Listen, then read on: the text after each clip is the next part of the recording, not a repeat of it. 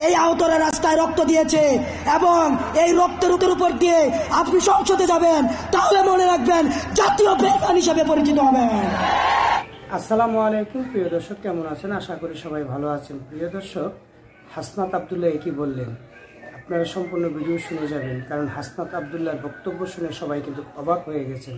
তো চলুন কথা না বলি আমরা ভিডিওটি দেখে আসি, এবং এখন পর্যন্ত যারা আমাদের চ্যানেলটিকে সাবস্ক্রাইব করেন নাই, প্লিজ চ্যানেলটিকে সাবস্ক্রাইব করে আমাদের সাথেই থাকুন।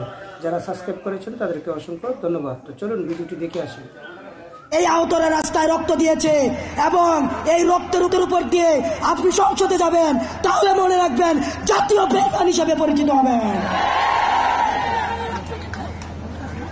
যে আওয়ামী লীগ এখনো পর্যন্ত একটা সরি পর্যন্ত বলে নাই, এখনো পর্যন্ত তারা অপরাধ স্বীকার করে নাই, তাদের সাথে কিসের রিকনসিলিয়েশন? তারা ক্ষমা চাওয়ার আগে, তারা ক্ষমা চাওয়া তো ঘুরে থাক, তারা এখন হত্যার হুমকি দিচ্ছে বিদেশে বসে। কিন্তু আমরা দেখছি মুরব্বীদের মধ্যে তাদের জন্য মায়া হচ্ছে। মনে রাখবেন, যারা এই রিকনসিলিয়েশনের আলাপ তুলছেন, আওয়ামী লীগকে নির্বাচনে দেখতে চাচ্ছেন, আপনারা ক্ষমতামুখী, আর আমরা আহত এবং যারা জীবন্ত শহীদ আমরা হচ্ছে জনতামুখী। যতদিন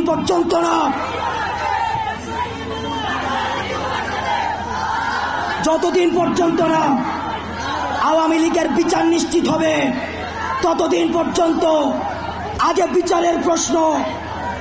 আমি মুরব্বীদেরকে বলতে চাই, যারা বিশেষজ্ঞ রাজনীতিবিদ আছেন, যারা রাজনীতি করছেন, আপনারা ক্ষমতায় যাবেন, গণতন্ত্র প্রতিষ্ঠিত হবে, ভোটাধিকার প্রতিষ্ঠিত হবে, এগুলোর জন্য আমরা আন্দোলন করেছি।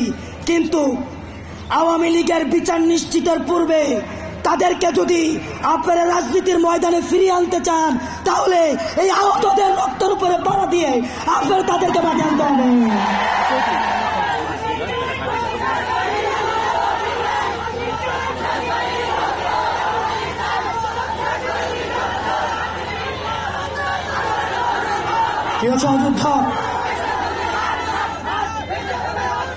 প্রিয় সহযোদ্ধ, আপনারা জানেন আমাদের এই পার্শ্ববর্তী দেশ এখন বাংলাদেশ যাদেরকে জঙ্গি স্বীকৃতি দিয়েছে, তাদেরকে এখন পার্শ্ববর্তী ভারতে আশ্রয় দিচ্ছে। এই ভারতের বেতনভুক্ত কর্মচারী শেখ হাসিনা ভারতের প্রেসক্রিপশনে এই গুম, খুন, হত্যাকাণ্ডগুলোকে চালিয়েছে। এখন আমরা ভারতকে বলতে চাই, ভারত যেন সেফ হাউস অফ টেরোরিস্ট না হয়ে ওঠে। আমরা ভারতের সাথে আর কোন নীল ডাউন ডিপ্লোমেসিতে যেতে চাই না। নত জানুর কোন ডিপ্লোমেসি ভারতের সাথে চলবে না। ভারতের সাথে সম্পর্ক হবে চোখে চোখ রেখে। আলমের রক্ত আমাদের গায়ে লেগে আছে, আহত রক্ত আমার গায়ে লেগে আছে। আমার ভাই ইলিয়াস ঘুমিয়েছে, তাদের দুঃখ স্মৃতি আমাদের মনে আছে। তাদের রক্তের উপর দাঁড়িয়ে ভারতের সাথে কোন নত যেন সম্পর্ক আর হবে না।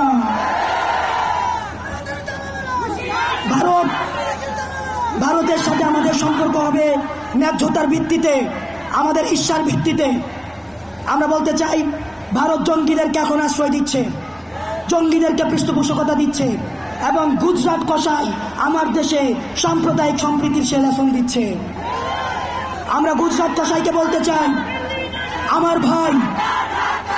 আমার ভাই আবু আলিফকে দিন দুপুরে রাস্তায় ফেলে জবাই করা হয়েছে।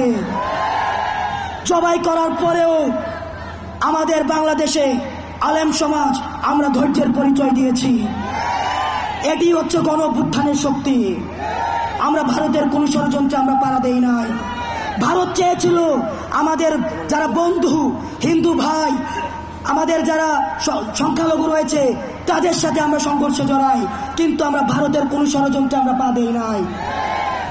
এই বাংলাদেশে সংখ্যালঘু তারাই যারা বাংলাদেশের বিপক্ষে। আমার কোন হিন্দু ভাই সংখ্যালঘু না, আমার কোন বৌদ্ধ ভাই সংখ্যালঘু না, আমার কোন পাহাড়ি ভাই সংখ্যালঘু না। বাংলাদেশের বিপক্ষে যারা, তারাই হচ্ছে সংখ্যালঘু। সুতরাং সর্বশেষ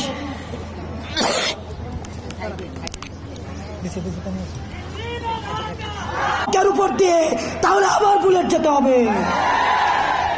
আর কোন বাংলাদেশের সমঝোতার রাজনীতি নয়, আর কোন গুম নয়, আর কোনো হত্যা নয়, আর কোনো ফ্যাসিবাদের উত্থান নয়। যেখানে ফ্যাসিবাদের উত্থান হবে সেখানেই আমরা একসাথে লড়ব। ওই আপোষ না রাজপথ, দালালি না রাজপথ, দালালি না রাজপথ, দালালি না রাজপথ, আপোষ না সংগ্রাম, আপোষ না সংগ্রাম। প্রিয় দর্শক, আশা করি সম্পূর্ণ ভিডিও মনোযোগ সহকারে দেখেছেন। হাসনাত আবদুল্লাহর বক্তব্য শুনে আপনাদের মতামত কি অবশ্যই কমেন্টে লিখে জানাবেন। দেখা হচ্ছে অন্য কোনো ভিডিওতে। ততক্ষণ ভালো থাকেন, সুস্থ থাকেন। আল্লাহ হাফেজ।